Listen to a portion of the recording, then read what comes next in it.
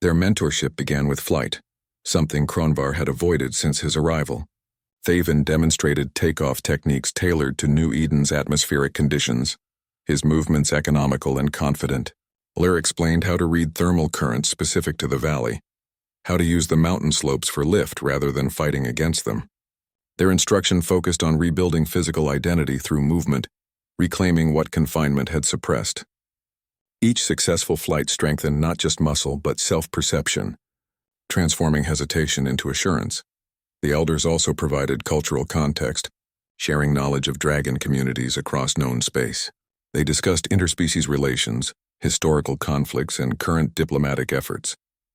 This broader perspective helped Kronvar understand his experience as part of a larger narrative, connecting personal healing to species identity.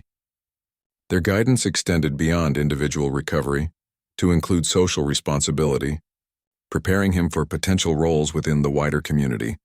Their acceptance came not through ceremony but through gradual inclusion. They began inviting him to join their daily flights, then their meals, then their discussions about sanctuary governance. This incremental integration signaled his growing acceptance, each step affirming his place within their social structure. The elders' approval carried weight throughout New Eden, their judgment respected by human and non-human residents alike. Kronvar's transformation under their guidance solidified his role as potential ambassador. Where once he moved with the caution of a prisoner, he now carried himself with the dignity of someone who understood his place in a larger whole. The elders' mentorship had provided not just skills but context, framing his recovery as part of a continuous tradition of resilience and adaptation. Their acceptance linked his personal healing to the community's fabric, creating pathways for him to contribute meaningfully to the sanctuary's future. Spring's heavy rain swelled the river that curved through the human settlement, transforming its usual gentle flow into a churning torrent of brown water and debris. The current pulled at everything in its path, its power evident in the uprooted vegetation and sediment-clouded depth. A child playing near the bank lost footing on the slippery mud, falling into the water before nearby adults could react. The river claimed the small form immediately, pulling the child beneath the turbulent surface despite desperate struggles. Parents screamed as their daughter vanished into the murky water, their cries carrying across the settlement and into the surrounding valley.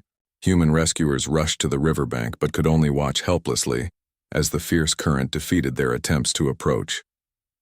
The water's power made human intervention impossible, its swirling eddies and hidden obstructions creating conditions too dangerous for even experienced swimmers. The situation appeared hopeless, the river's relentless flow offering no opportunity for rescue. Kronvar heard the screams from his valley perched 3 kilometers away. His head lifted instantly, the distress cries triggering an immediate response. His wings unfolded without conscious thought, his body launching into flight before his mind fully processed the situation. The flight path took him directly over the raging river, his eyes scanning the turbulent water for any sign of the child. His descent was controlled but urgent, each wing beat calculated against the wind shear rising from the churning surface. He navigated the treacherous currents with precision, born of aerial mastery, his large form somehow finding stability where humans could not. His eyes locked onto a small shape struggling beneath the water's surface, a flash of color against the brown depths. The coordination he had developed while mentoring young creatures guided his approach, timing his descent to match the current's rhythm, calculating interception angles, adjusting for wind and water movement. His claws extended with careful control, avoiding any potential harm to the fragile form below. The rescue happened in one fluid motion, a precise dip into the water, a gentle grasp, a smooth lift back into the air. The child emerged from the river cradled securely in his claws, coughing water but breathing steadily. Kronvar flew directly to the waiting parents, his landing careful and controlled despite the emotional tension. He placed the child gently on solid ground before stepping back to provide space, his wings folding quietly against his body. The parents' initial fear of the giant dragon transformed instantly into overwhelming gratitude. Their tears of terror became tears of relief as they embraced their daughter, checking her condition with shaking hands. The mother looked up at Kronvar, her face wet with rain and emotion. Her voice emerged choked but clear, using the traditional dragon greeting of thanks she had learned from sanctuary orientation. Dragon Lobby. The words acknowledged not just his action but his essential nature, his place in their community. his transformation from feared specimen to trusted neighbor. This moment of crisis had revealed his true character more completely than any assessment could measure, proving that rehabilitation could restore not just function, but fundamental humanity across species boundaries. The settlement's perception shifted permanently in that instant. Fear replaced by respect, suspicion by acceptance, isolation by belonging. The message from Station 7 arrived during New Eden's sunset, its transmission code indicating official retirement correspondence from Chief Patterson. Samantha brought the datapad to Kronvar, where he rested beside the lake, the evening light catching the water's surface behind him. The message began with standard retirement formalities before shifting to its unexpected core. Patterson's words carried a weight that transcended official communication, his tone markedly different from the clipped directives of previous years.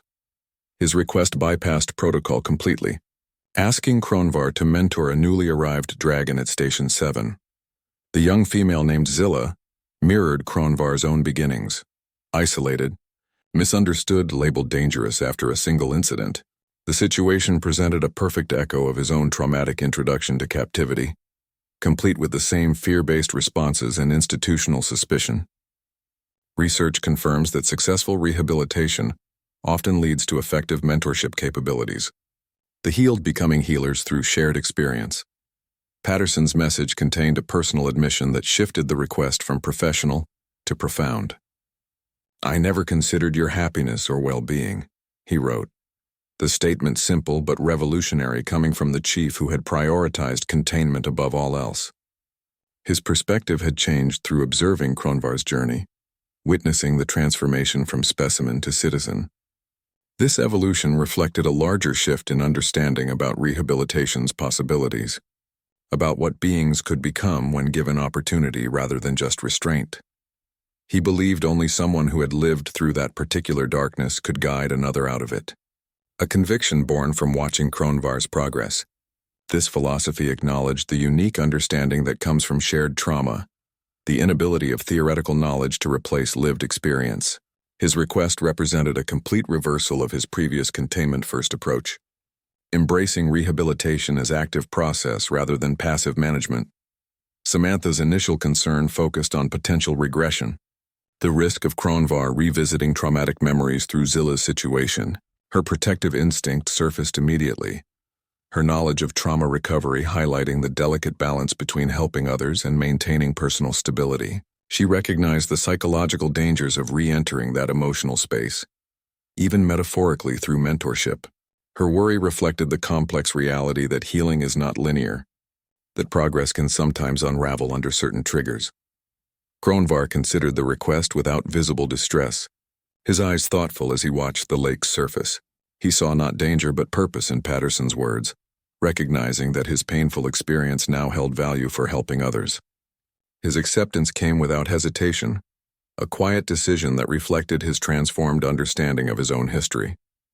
The trauma that once defined his captivity could become his strongest qualification for guiding another through similar darkness. His agreement to mentor Zilla demonstrated his understanding that survival gains meaning through service, that healing finds completion in helping. He recognized the opportunity to transform his past into protection for someone else, to use his hard-won insights to prevent another being from suffering as he had. This acceptance marked the full circle of his journey, from isolated specimen to integrated community member to potential guide for others, still lost in the system that once confined him. The decision solidified his recovery not through avoiding his past but through redeeming it, finding in his pain the capacity to prevent similar suffering in another. "I had forgotten how vast it all was." These were the first words Kronvar spoke after 12 years of silence.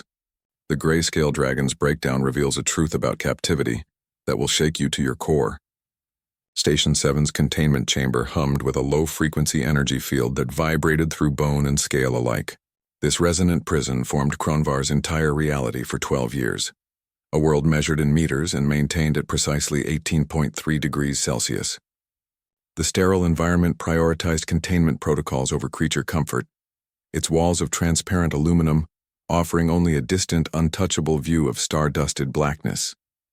No texture varied across surfaces, no scent changed with time, no natural light ever touched the dragon's grayscale hide.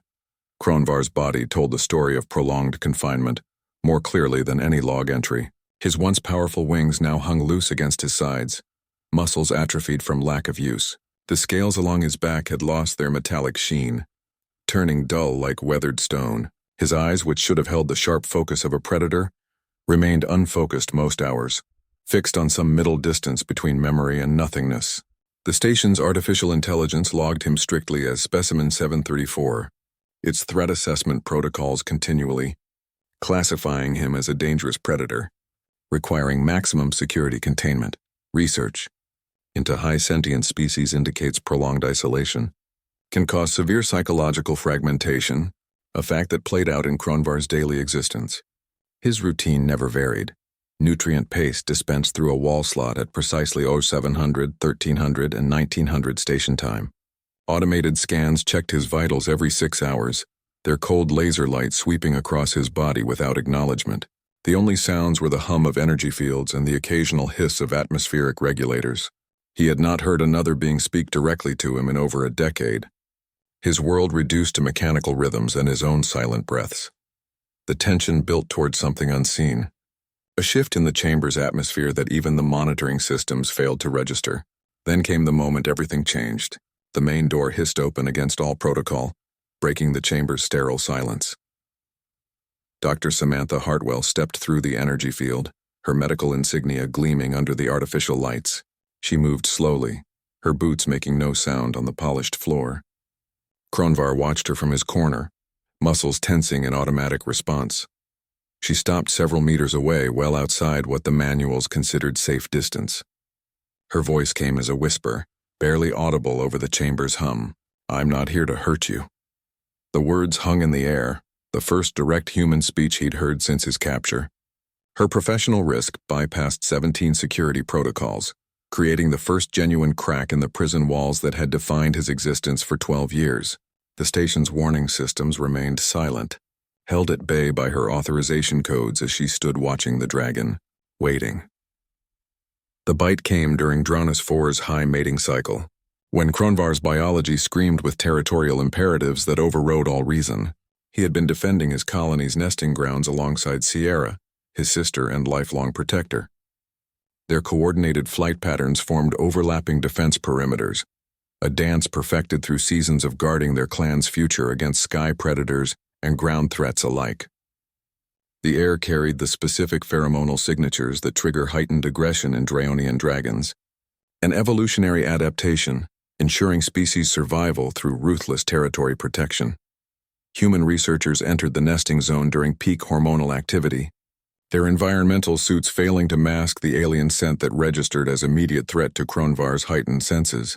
The scientific team merely sought mineral samples from the volcanic ridges, unaware they'd crossed into a biological red zone where every instinct screamed defense. Kronvar's lunge was pure evolutionary programming, a flash of scale and teeth moving faster than human reaction time. His bite sank into a researcher's protected shoulder, the suit's material preventing fatal penetration, but allowing transmission. The pathogen transmitted through his saliva wasn't lethal to Draonians, having evolved alongside their immune systems for millennia. To humans without natural immunity, it triggered rapid cellular degradation resembling acute radiation sickness. Security forces responded with automatic lethal protocols, their weapon systems targeting the aggressor without assessing context or biological factors. Sierra saw the weapon arms descending from the security craft, their power cores glowing with charge buildup. She moved without hesitation, placing her body between the blast and her brother, her wings spreading wide as both shield and sacrifice. Research across multiple species confirms that mating cycles often trigger behavioral extremes misinterpreted by other cultures. The very adaptations that ensure species survival, territorial aggression, mate competition, nest defense, become liabilities during interspecies contact. The Galactic Conservation Authority's emergency intervention team arrived as weapons recycled for a second volley. Their mandate prioritized preservation of endangered sentient species over security protocols, though their solution created its own form of imprisonment. Rehabilitation designation saved Kronvar from immediate termination, but committed him to indefinite containment. His life spared but his freedom forfeited. Station 7's logs would forever categorize him as a dangerous predator, the incident report emphasizing the bite's consequences while omitting the biological context that prompted it. The perfect storm of misplaced human presence during peak hormonal activity, evolutionary defense mechanisms misinterpreted as unprovoked aggression, and tragic sacrifice that left one sibling dead and the other permanently scarred. These factors conspired to create the monster designation that would define Kronvar's existence for 12 years. His captivity began not with malice but with misunderstanding. A chain of events where biology clashed with protocol and instinct became crime. Kronvar's memories of his sister permeated every sterile moment of his confinement, her absence more present than any physical object in the chamber. Sierra had been his protector since their hatching, the twin who always positioned herself between him and danger. Their bond transcended simple sibling connection, forming a coordinated defense system that ensured their colony's survival through countless threats. In the wild, she flew wingtip to wingtip with him across Dronis 4's volcanic highlands, their aerial patterns synchronized like complementary parts of a single organism. Her death created a void that 12 years of isolation only deepened, the emptiness growing more profound with each passing season. Kronvar remembered their hunting strategies, how she would drive prey toward his position while he calculated interception angles. He recalled their shared territory defense, the specific vocalizations they used to coordinate against larger predators. These memories played behind his eyes during the long station nights, vivid reconstructions that felt more real than his current reality.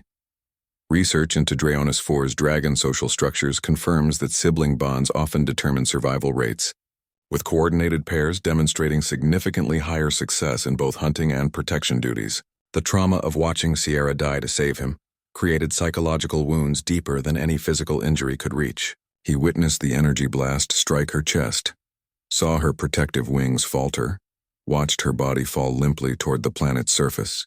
That moment replayed in endless variation, each iteration reinforcing his guilt and loss. In confinement, Kronvar sometimes spoke to her memory during the deepest night cycles. The station's audio sensors recorded these moments as specimen vocalizations and logged them without comprehension. He used the old hunting calls they developed, the territory markers, the comfort sounds they shared during storms. The AI interpreted these as potential threat indicators rather than expressions of grief. Her absence represented everything taken from him in that single moment of instinctual reaction. Not just a sister, but his security, his purpose, his understanding of himself. The weight of her sacrifice became both his burden and his eventual reason to heal. He carried the knowledge that she gave her life for his, that his existence came at the ultimate cost.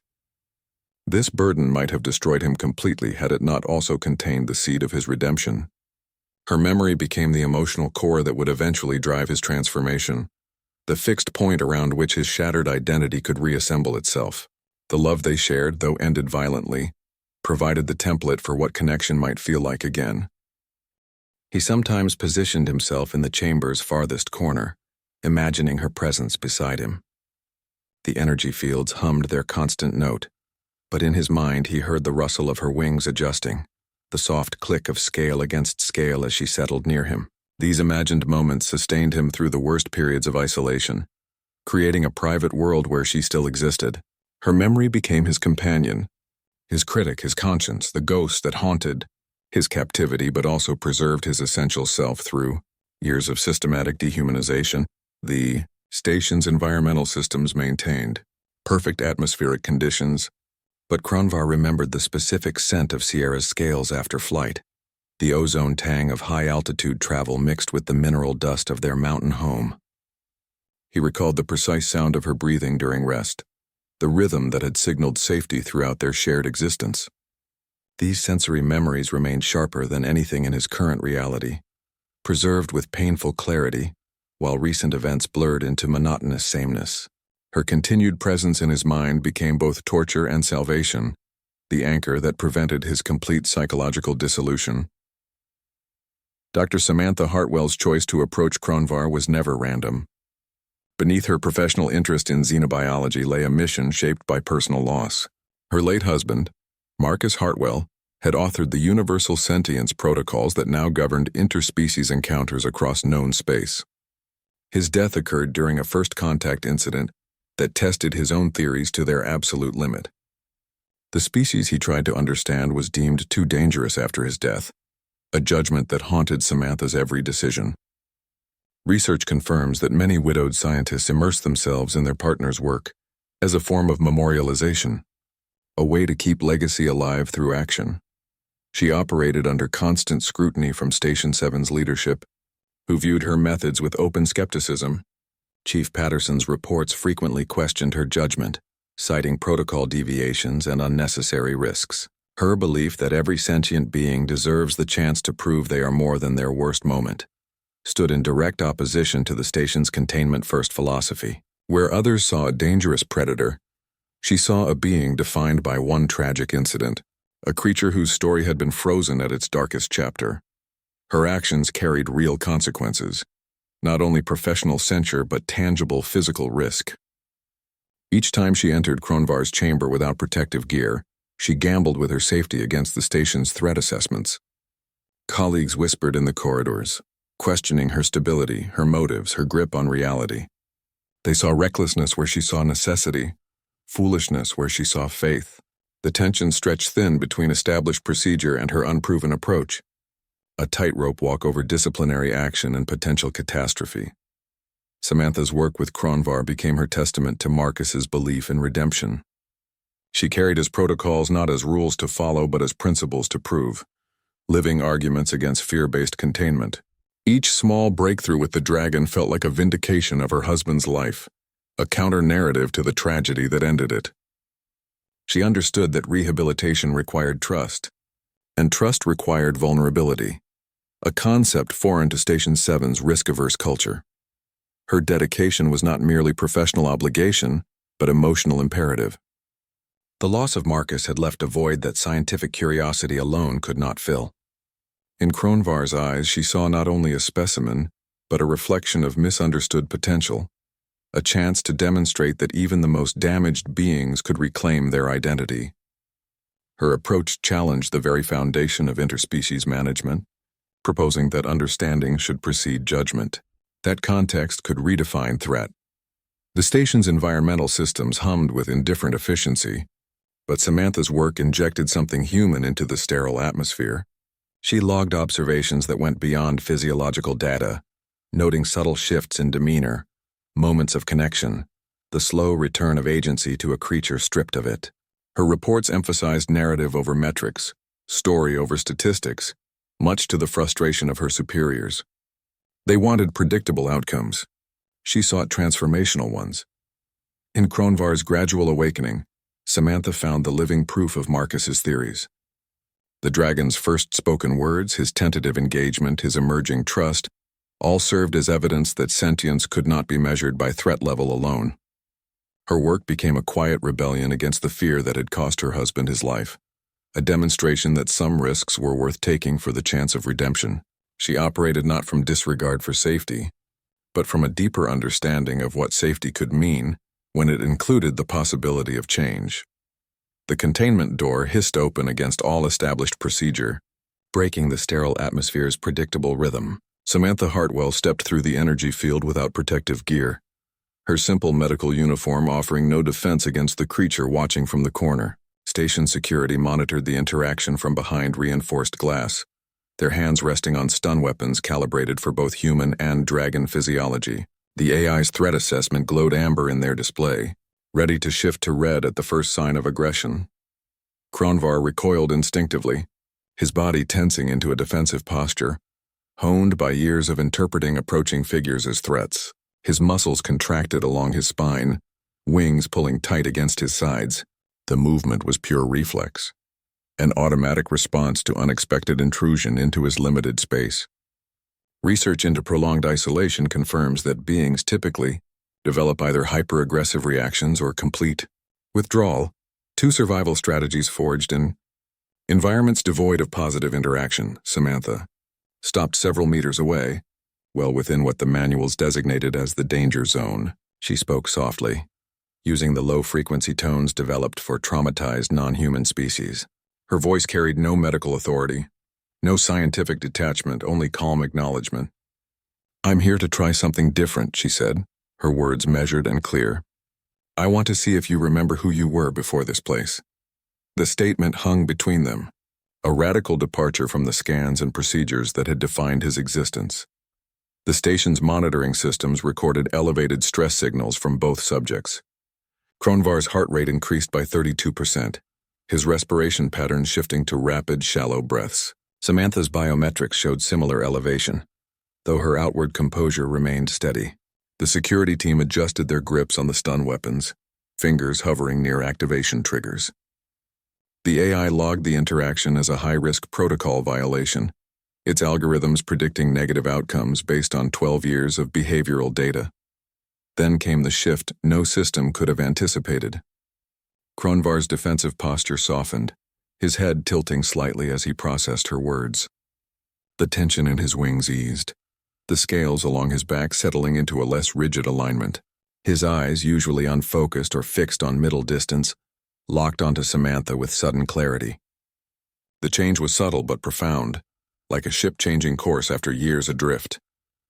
A sound emerged from deep within his chest, starting as a rough vibration that shook his entire frame. It grew into a sob that echoed oddly in the sterile chamber, a raw expression of emotion that transcended species. Tears welled in his eyes, something the station's logs had never recorded. When he spoke, his voice was rough from disuse, each word measured and deliberate. I had forgotten how vast it all was. The statement carried the weight of 12 years of sensory deprivation, of star fields seen through transparent aluminum, of memories suppressed to survive the present. Security lowered their weapons as the AI's threat assessment shifted from amber to blue, recalibrating its understanding of what constituted danger versus breakthrough.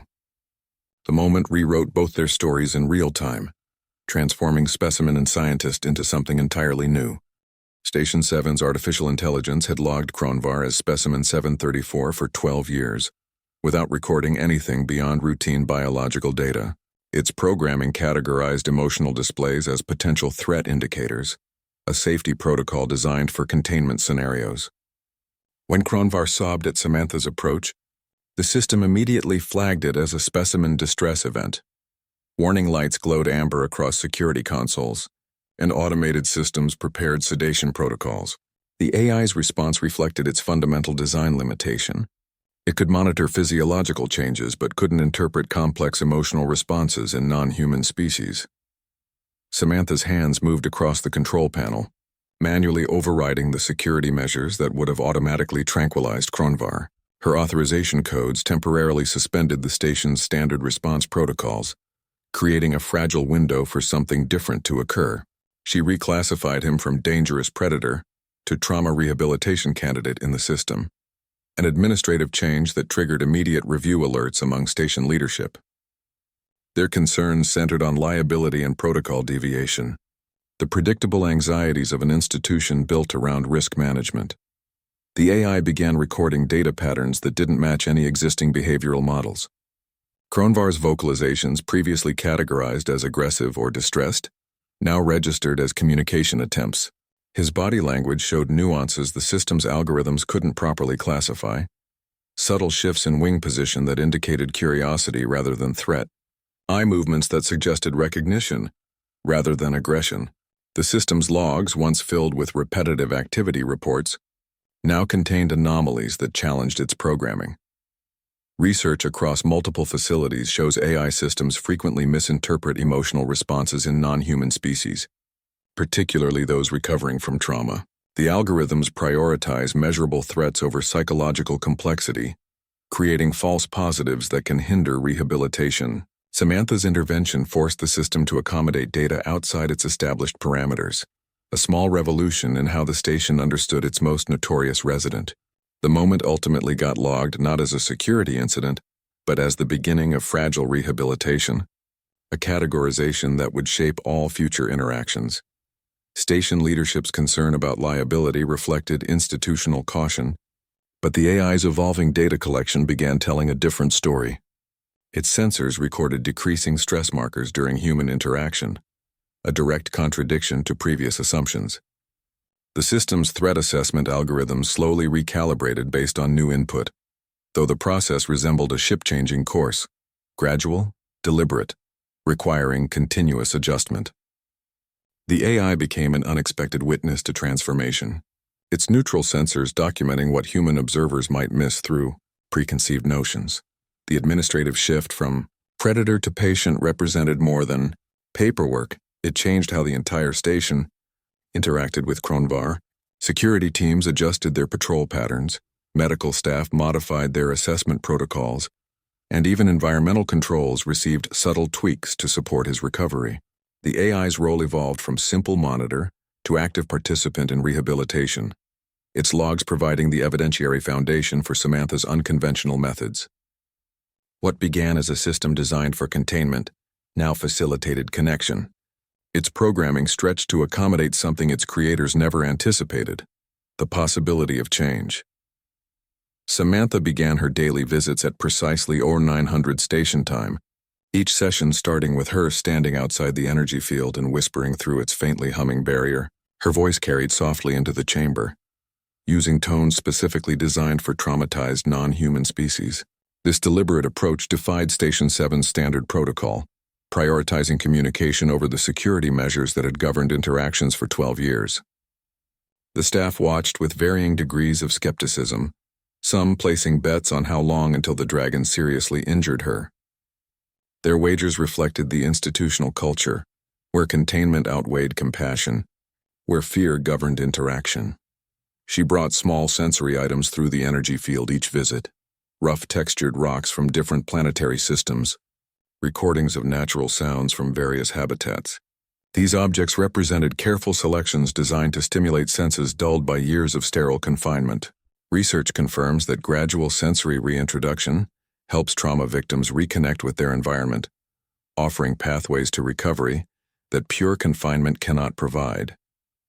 The rocks held particular textures against his scales. The recordings carried frequencies his ears hadn't processed in over a decade. Each item was chosen to evoke without overwhelming, to remind without traumatizing. Kronvar initially watched from the farthest corner of his enclosure, his body angled away from her presence. His eyes tracked her movements, but his posture remained closed, wings tight against his body. Over weeks, subtle changes emerged in his behavior. He began shifting position when she arrived, turning toward the energy field rather than away. His head would lift slightly at the sound of her whispering, recognition replacing automatic defensiveness. The distance between them decreased incrementally, measured in centimeters over days rather than meters over hours. Their conversations evolved from basic needs to fragmented memories about Draonis 4. He described the mineral taste of high-altitude winds, the specific way light reflected off triple moons, the sensation of thermal currents lifting his wings. These recollections emerged hesitantly, like images developing in slow solution. Station Chief Patterson repeatedly warned Samantha about crossing professional boundaries, his concerns reflecting institutional resistance to her methods. His warnings emphasized protocol over progress, safety over healing, the established order over potential transformation. After 6 weeks of consistent interaction, the moment arrived without ceremony. Samantha stood inside the chamber, her hand extended palm up in the universal gesture of non-threatening contact. Kronvar watched her for 3 full minutes, his breathing measured, his eyes fixed on her motionless form. Then he moved forward deliberately, each step measured and conscious, his snout lowered slowly until it made contact with her palm, the scales meeting skin with gentle pressure. The contact lasted mere seconds but represented a tectonic shift in their relationship. Security monitors recorded the interaction without activating protocols. The system now recalibrated to recognize trust as well as threat. The dragon's voluntary touch marked the first physical connection he'd initiated since his capture, a silent testament to patience overcoming fear. Samantha observed how Kronvar consistently avoided looking at the star field visible through his chamber window. The observation portal offered a clear view of the cosmos beyond Station 7, but his eyes remained fixed on the sterile interior surfaces. For 12 years, those stars had represented everything he lost and could not reach: the freedom of flight, the familiarity of home, the presence of his sister. They became painful reminders rather than objects of wonder, their distant light emphasizing his isolation. Research confirms trauma victims often avoid triggers associated with their pain, creating protective boundaries around memories too painful to confront. She asked him to describe the stars as he remembered them from Drownus 4 during one of their morning sessions. His immediate refusal came without hesitation, his voice low and strained. "The memory is too painful to touch," he said, turning his head away from the observation portal. His wings tightened against his body, a physical manifestation of the psychological barrier he maintained. The stars represented not just lost beauty but active anguish, their presence a constant measure of everything taken from him. Samantha responded not with professional persuasion but personal disclosure. She shared her own memories of watching stars with her late husband Marcus, describing how they would track constellations from their research outpost on Titan. Her voice carried the weight of genuine loss. The vulnerability of someone who understood remembering could hurt as much as forgetting. This personal revelation created a bridge across their experiences, demonstrating that pain need not be borne alone. Her willingness to expose her own emotional landscape made space for him to risk exploring his. Kronvar's resistance softened gradually, his body shifting toward the observation portal almost imperceptibly. He began describing Drownus 4's triple moons, how their different orbital periods created ever-changing light patterns across the night sky. His voice, unused for such extended communication, cracked with emotion as he spoke. He detailed the specific constellations visible from his territory, their formations and seasonal movements, the stories his colony attached to each celestial pattern. The descriptions emerged slowly, each word measured against the pain of recollection. He spoke of the Starwinder constellation that signaled migration season, the nebula weaver that indicated coming storms, the precise angle at which the third moon rose during high summer. These details had remained sharp in his memory despite years of suppression, preserved with the clarity that often accompanies profound loss. His voice grew stronger as he continued, the act of sharing somehow diminishing the memory's power to hurt. The stars transformed from symbols of deprivation back into objects of beauty, their meaning shifting through the simple act of articulation. Finally, he turned fully toward the observation portal, his eyes focusing on the actual star field beyond the transparent aluminum. The movement was deliberate, conscious, a decision made rather than a reflex avoided. He looked directly at the stars for the first time in 12 years and truly saw them, not as reminders of loss but as points of connection across time and space. The vastness that had represented isolation now suggested possibility, the same stars that shone over Drownus 4 now visible through his window. His posture eased, wings relaxing as he maintained his gaze, the pain of memory giving way to something resembling peace. Remembering the stars unlocked something deeper in Kronvar's memory, a cultural tradition buried beneath years of isolation. He recalled the songs his people sang to the stars on the longest night of each year, their melodies carrying across Drownus 4's volcanic peaks. The tradition involved seeking connection with ancestors among the cosmos through specific harmonic patterns, a practice that bound generations through shared vocal expression.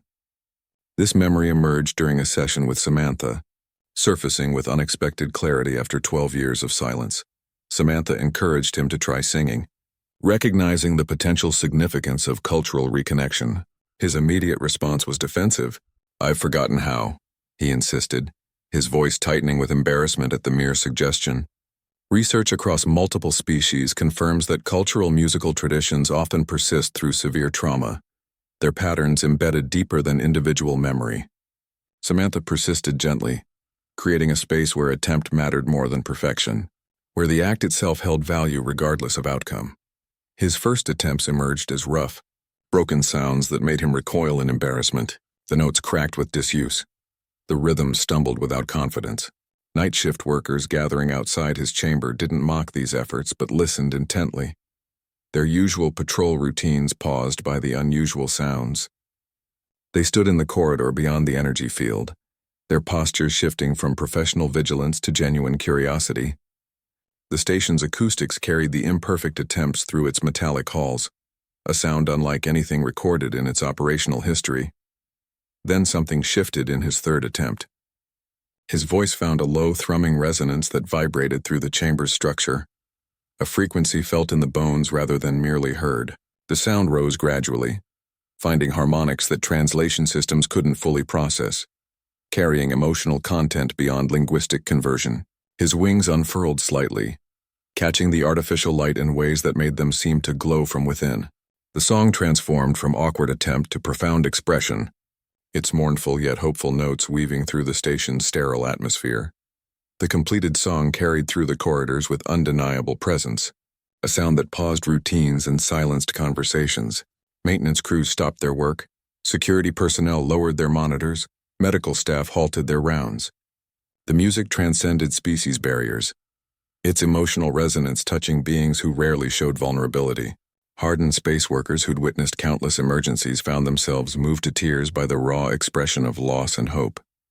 Their reactions demonstrated music's universal capacity to evoke empathy across biological differences, creating shared understanding where language often failed. The moment forged connection through vulnerability, transforming observers into participants in Kronvar's reclamation of identity. Samantha led Kronvar from his containment chamber through corridors he hadn't traversed in 12 years. His movements were cautious, each step measured against unfamiliar surroundings. Station logs showed Recreational Room 3 as under maintenance for weeks, a deliberate misclassification masking Samantha's project. Chief Patterson intercepted them near the recreation wing, his expression tight with concern. "This violates 17 protocols," he stated, his hand resting on his comm unit ready to summon security. The risk of moving a designated dangerous specimen outside. Containment represented everything: the station's safety. Systems were designed to prevent the doors opened to reveal not another sterile chamber but a meticulously crafted environment. Heat lamps provided proper basking temperatures his body hadn't experienced since Draunus 4, their warmth reaching deep into muscles that had known only artificial climate control. Authentic volcanic rocks covered the floor, their specific mineral composition matching his homeworld's northern ranges. These rocks had been imported at considerable expense, their procurement requiring special permits and diplomatic negotiations. Their rough texture under his claws felt more familiar than anything in over a decade. A projected sky showed Draunus 4's constellations exactly as he'd described them during their sessions. The holographic technology recreated the precise orbital patterns of the triple moons, their light falling across the room in ways that mirrored his ancestral territory. Research confirms environment simulation significantly accelerates rehabilitation for trauma victims, providing sensory anchors that pure conversation cannot achieve. The room represented Samantha's fundamental belief that healing requires more than physical safety. It needs connection to identity.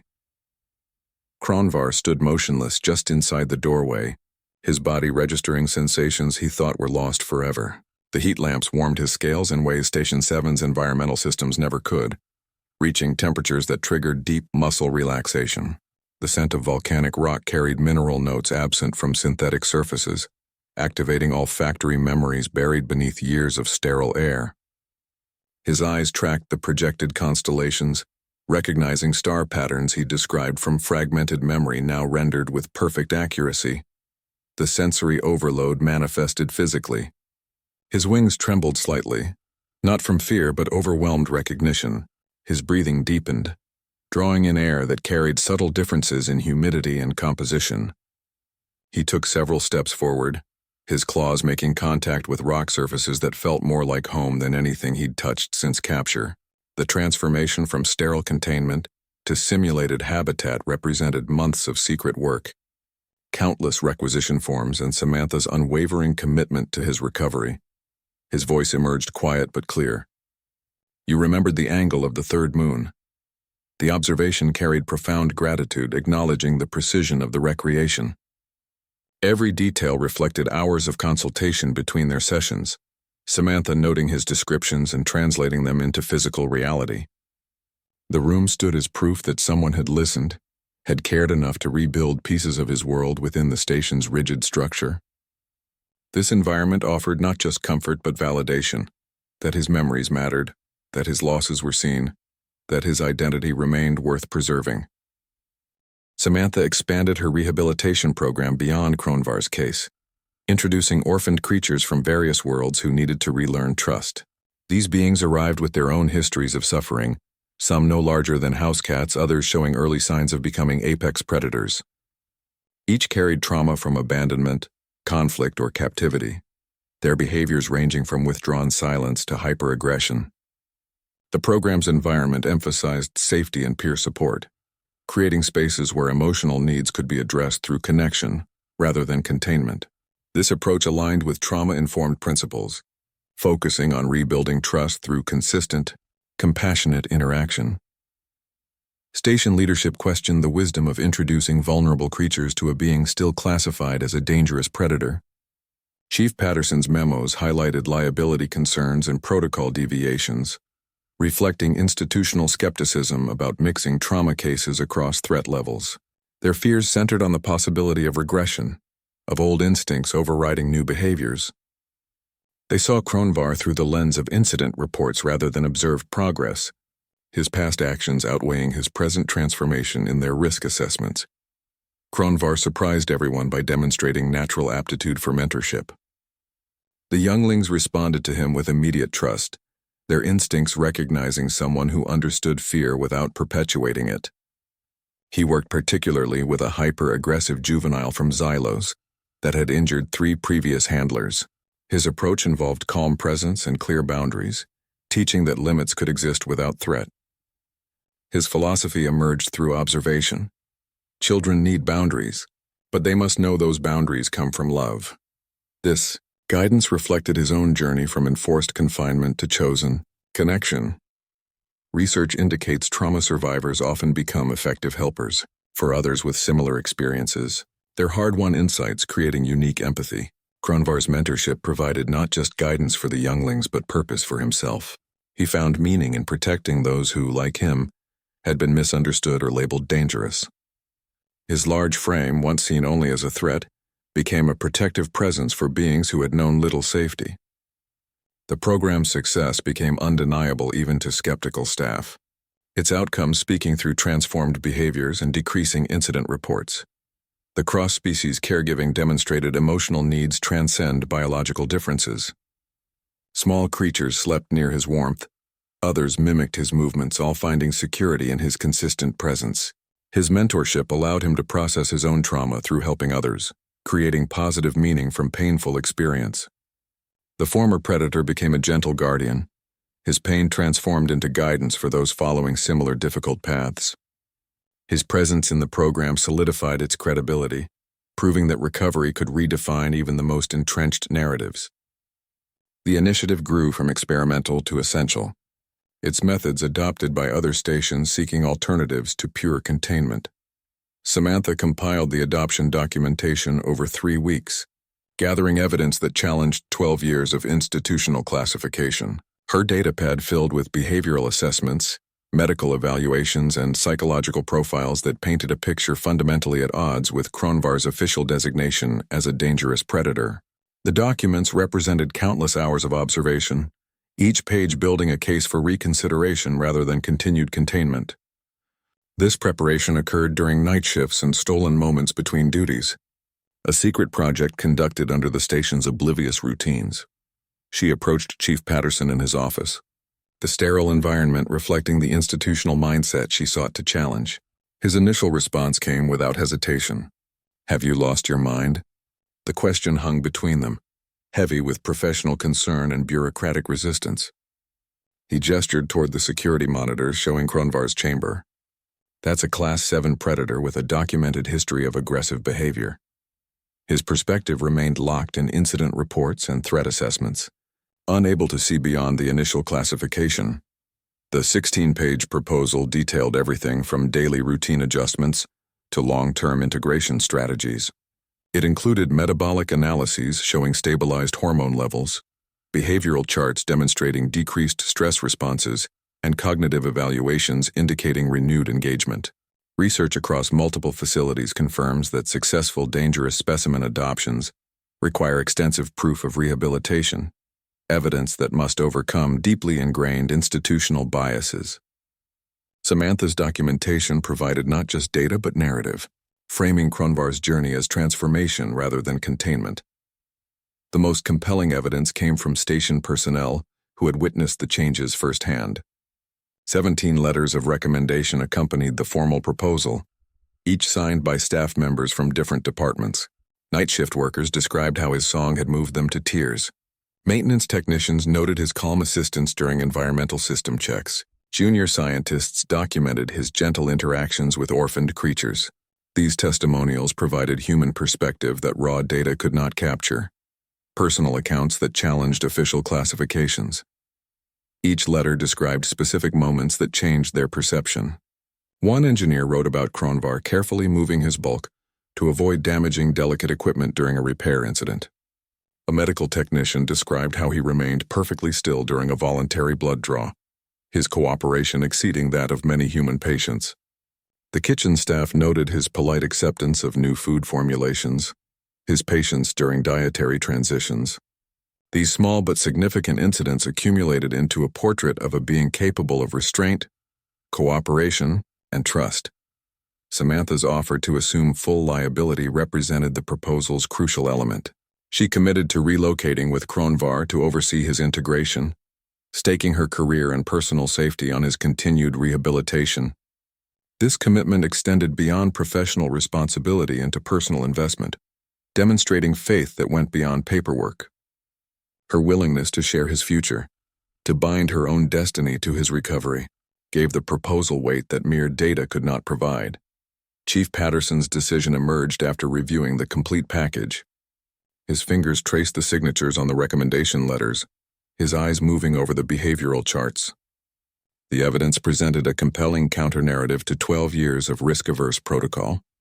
He recognized that Kronvar's cure might hold more value than his continued containment, that the dragon's transformation could serve as a model for other rehabilitation cases. His authorization signature on the adoption forms represented not just bureaucratic approval, but philosophical shift, acknowledging that some risks warranted taking for the chance of redemption. The signed documents triggered immediate administrative changes, transferring Kronvar from station property to Samantha's personal custody. Security protocols were updated, travel arrangements initiated, and communication channels established with the sanctuary planet.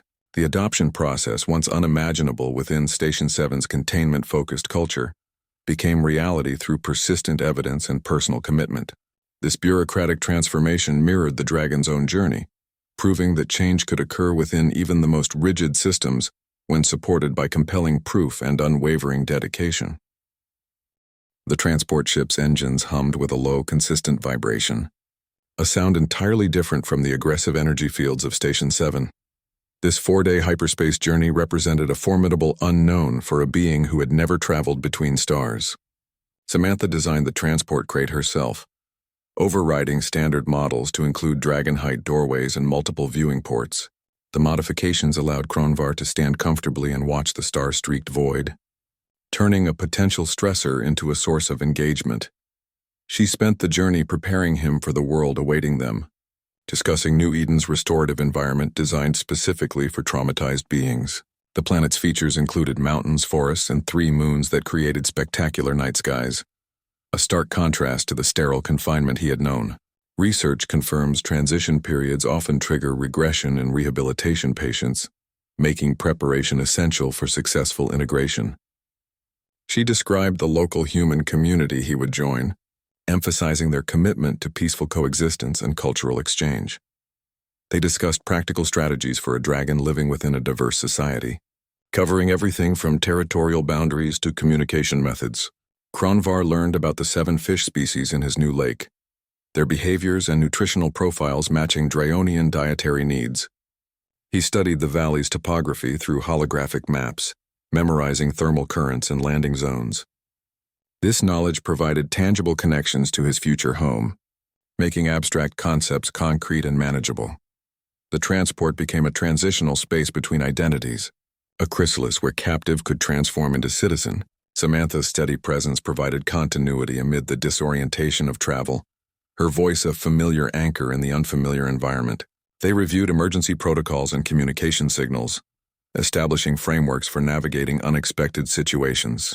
These preparations acknowledged the challenges of integration, while affirming his capacity to meet them. Hyperspace's weird light patterns played across Kronvar's scales as he watched through the viewing ports. His posture showed occasional tension when the ship encountered turbulence, but his breathing remained measured and controlled. The journey represented not just physical relocation, but psychological passage, leaving behind 12 years of institutional identity. Each light year traveled further disconnected him from Specimen 734, bringing him closer to becoming simply Kronvar. When the ship dropped from hyperspace above New Eden, the planet hung like a jewel against the blackness. Samantha released the crate's seals, allowing Kronvar his first unobstructed view of his new home. The world showed green continents and blue oceans, its atmosphere sparkling with reflected light. He studied the terrain with focused intensity, recognizing features from their discussions during the journey.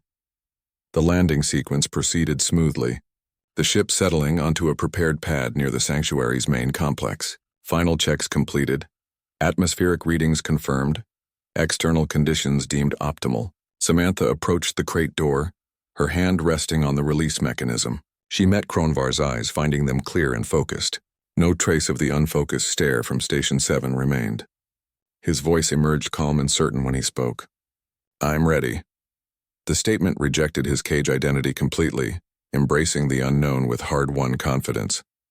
The transport bay doors opened to unfamiliar air and unfamiliar light, but he stepped forward without hesitation. Kronvar stepped from the transport ramp onto actual soil for the first time in 12 years. His claws sank into the soft earth, a sensation completely alien after a decade on metal floors. His body immediately registered the gravitational difference from Station 7's artificial field, his muscles adjusting to the unfamiliar pull. The shift made him sway slightly, his wings spreading instinctively for balance. New Eden's gravity was fractionally lighter than standard human normal, a detail Samantha had accounted for in her preparations. The smell of living air struck him like a physical blow. His nostrils flared wide, drawing in scents of damp soil, flowering plants, and distant water. His entire body trembled with the intensity of sensory input, his nervous system overwhelmed by stimuli that had been absent for over a decade. Research confirms sensory reawakening after prolonged deprivation can cause physical discomfort as neural pathways reactivate. He stood motionless, processing the flood of information that his brain had to categorize without precedent in recent memory. He extended his tongue, tasting the air as he would have done in his natural habitat. The action felt both familiar and strange, a remembered behavior returning after long disuse. His senses detected mineral notes from the soil, pollen from nearby vegetation, moisture from the lake, and countless other chemical signatures. Each scent represented data his mind had to process, without the filtering mechanisms developed through constant exposure. The experience was simultaneously exhilarating and exhausting, like suddenly hearing after years of silence. The lake's surface rippled 100 meters away, its movement visible even at this distance.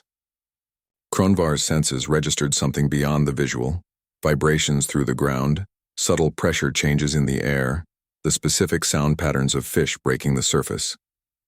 These were sensations he could feel rather than merely observe on screens, multi-dimensional inputs that Station 7's environment could never replicate. His head tilted, tracking the movements with focused intensity, his predatory instinct stirring after long dormancy. Samantha watched from the transport doorway, allowing him to experience each new sensation without interruption. She understood the importance of letting him discover this world at his own pace, without guidance or pressure. Her silence offered space for him to process the overwhelming input, to integrate the new reality without external expectations. This approach aligned with sanctuary protocols for trauma recovery, prioritizing individual readiness over scheduled integration. He moved toward the lake slowly, each step deliberate as he adjusted to the unfamiliar terrain, the grass beneath his claws, the uneven ground, the slight breeze against his scales, all required conscious navigation. When he reached the water's edge, he stood motionless for 10 minutes, observing the fish with complete focus. Then his movement came suddenly, a precision strike that was pure instinct refined by evolution. His head plunged into the water and emerged with a large fish held gently in his teeth. The successful hunt brought a visible shift in his posture. His shoulders straightened, his head lifted higher, his wings relaxed into a natural position. The act of providing for himself restored agency that confinement had systematically stripped away. He consumed the fish with deliberate slowness, tasting flavors and textures that nutrient paste could never replicate. This was nourishment in its fullest sense. physical, psychological, and symbolic. He turned to Samantha, his eyes clearer than she had ever seen them. His voice emerged quiet but firm, carrying wonder without losing substance. It smells alive. Everything smells alive. The statement captured his complete sensory reawakening, the transformation from sterile existence to vibrant engagement. The declaration signaled not just observation but integration, the moment when captive became inhabitant, when survival became living. The ancient dragon couple arrived at dawn, their wings catching the morning light with a practiced elegance that spoke of centuries of flight. Thaven and Mailer had called New Eden home for decades, their presence providing stability for countless beings adjusting to life after trauma. Their assessment of Kronvar would determine his acceptance into the broader dragon community, a verdict based on subtle cues rather than formal testing. They observed from a distance initially, noting how he moved across the terrain, how he interacted with the smaller creatures, how his eyes tracked the flight patterns of native birds. Thaven approached first, his scales showing the silvery patina of great age. He circled Kronvar slowly, his gaze missing nothing. "You carry prison in your posture," he stated, his voice carrying the weight of experience. The observation pinpointed the physical manifestations of prolonged confinement. The slight hunch to the shoulders, the careful placement of feet, the tendency to keep wings tightly folded. These were habits forged through years of limited space and constant monitoring, patterns that persisted despite newfound freedom. Lair joined her mate, her presence softer but no less perceptive. Her eyes held Kronvar's for a long moment before she spoke. "Your eyes still have fire that can be worked with," she noted, offering both assessment and hope. Her words acknowledged the damage without defining him by it, seeing potential where others might see only limitation. This balanced perspective reflected their approach to integration, recognizing trauma while affirming capacity for growth. Kronvar stepped through the energy field into Zilla's containment chamber, the hum of the barrier fading behind him. He moved with deliberate slowness, his body language carefully neutral. The chamber felt both familiar and foreign, the same sterile surfaces, the same filtered air, but now he entered as visitor rather than prisoner. Zilla watched from the farthest corner, her body coiled tight with defensive tension. Her scales bristled along her spine, her wings pulled close like shields. She emitted a low warning growl that vibrated through the chamber's artificial atmosphere. He stopped several meters from her position, lowering himself to the floor in a non-threatening posture. His movements mirrored those Samantha had used during their first encounters, deliberate, predictable, allowing the frightened being to assess without feeling pressured. Research into trauma mentorship confirms that effective guidance requires acknowledging shared experience without overwhelming the subject. He remained still, his breathing calm, giving her time to observe him without perceived threat. Zilla's eyes tracked his every movement, her focus intense and wary. Her defensive posture reflected the same fear and aggression Kronvar himself had shown during his early captivity. The parallel was unmistakable, a being reduced to instinct by isolation, interpreting any approach as potential danger. Her growl deepened when he shifted slightly, a reflexive response born of terror rather than malice. He spoke softly, using the same gentle tone Samantha had once used with him. The words emerged measured and clear, carrying across the space between them. "Hello, little one." The greeting held no presumption, only acknowledgement. He paused, allowing the words to settle in the tense atmosphere. "You're a dragon?" "I am." The simple statement of shared identity carried profound significance, affirming what confinement tried to erase. His final words held the crucial understanding, "And I know exactly where you are." This acknowledgement validated her fear and isolation, creating immediate rapport through shared experience.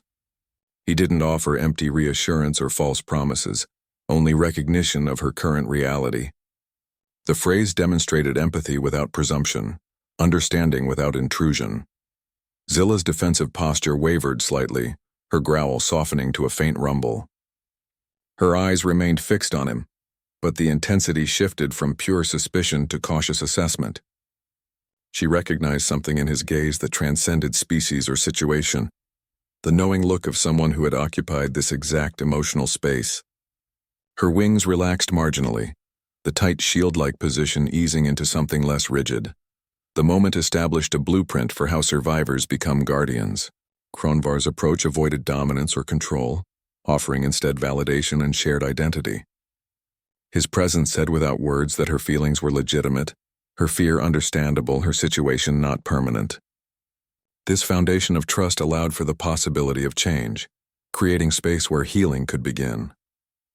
He remained sitting at a respectful distance, his body language consistent and predictable. The containment chamber's sterile environment felt less oppressive with this connection established, the energy field's hum less isolating. Zilla's breathing slowed to match his calm rhythm, a subtle synchronization that signaled decreasing tension. The encounter demonstrated that true mentorship begins not with instruction, but with recognition, not with solutions, but with solidarity. The community on New Eden solidified into a unique family structure blending human and dragon traditions. Its foundation built on mutual respect rather than forced assimilation. Samantha, Kronvar, and Zilla formed the core of this interspecies civilization, their bonds demonstrating that belonging transcends biological differences. Other beings joined their settlement, humans seeking alternative lifestyles, dragons recovering from various traumas, even a few non-sentient creatures that found protection within their territory. This diverse community required constant navigation of cultural differences and historical fears, a delicate balance between honoring distinct identities and creating shared values. They developed traditions that incorporated both dragon and human ways of being. Evening gatherings featured dragon star songs alongside human music, their harmonies creating new auditory landscapes. Meal preparations combined hunting traditions with agricultural practices, resulting in cuisines that satisfied both biological needs and cultural preferences. Research into successful interspecies communities confirms that hybrid cultures emerge when participants contribute equally rather than one group assimilating into another. This approach allowed both species to maintain core identities while building something entirely new together. The 3 moons of New Eden became central to their shared culture, their nightly alignment forming what the community called the Triple Chorus. This celestial event symbolized their hard-won belonging, the moon's light falling equally on all residents regardless of origin. During these nights, the community would gather at the lakeshore, their varied forms silhouetted against the triple illumination. The shared experience reinforced that scars from past traumas served as evidence of resilience rather than sources of shame, each being's history contributing to the community's collective strength. Kronvar's leadership emerged through quiet example rather than domination. He taught that normality wasn't about erasing the past, but weaving it into a kinder present. His guidance emphasized trust, collaboration, and the courage to begin again, principles that shaped the community's governance structure. Decisions were made through consensus rather than hierarchy, with each voice receiving consideration regardless of species or background. This approach created an environment where individuals felt valued for their unique experiences rather than pressured to conform. The family's philosophy crystallized into a simple but profound understanding. Every being has scars, and what matters is being yourself fully, scars and all. This acceptance allowed residents to integrate their traumatic experiences into their identities without being defined by them. The community celebrated individual journeys while recognizing their shared humanity or dragonhood, creating a culture where vulnerability became strength and difference became richness. Their evenings often ended with shared moments under the triple moons, residents of various species sitting together in comfortable silence. The light caught scales and skin alike, highlighting differences while emphasizing connection. Kronvar would sometimes hum the old songs of Draunus IV, their melodies blending with the night sounds of New Eden. This peaceful coexistence represented the culmination of his journey, from isolated specimen to integrated community member, from defined by trauma to defined by contribution. The community thrived not despite its members' scars, but because of the wisdom those scars represented. Each being's pain transformed into collective understanding. Kronvar's journey from caged specimen to trusted guardian proves compassion can rewrite the darkest stories. His transformation challenges us to rethink who deserves second chances and how we define true redemption. Under New Eden's 3 moons, a diverse community thrives, built not in spite of scars but through them. The chorus of shared understanding reminds us that belonging grows from mutual recognition, not mere tolerance. His story stands as evidence that even after years of isolation, connection remains possible, and that every being carries the capacity for change when met with unwavering empathy and patience.